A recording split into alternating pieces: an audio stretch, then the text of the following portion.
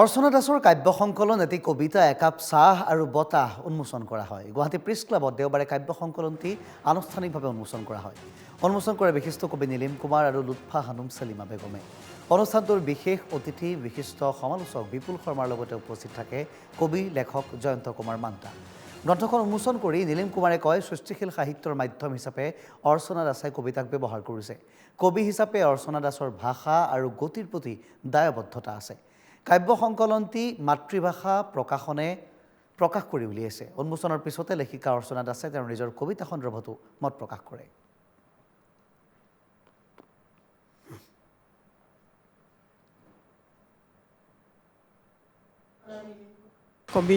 কবিতা পুথিখনৰ নাম হৈছে এটা কবিতা একাপ চাহ আৰু বতাহ। কবিতাখিনি আচলতে মোৰ ঘৰুৱা জীৱনলৈ লিখা বেছিখিনি কবিতাই। সমাজত যি দেখিছোঁ, নিজৰ যি পৰিবাৰৰ মাজত, গোটেইখিনি লৈয়ে মই কবিতা ৰচনা কৰিছোঁ।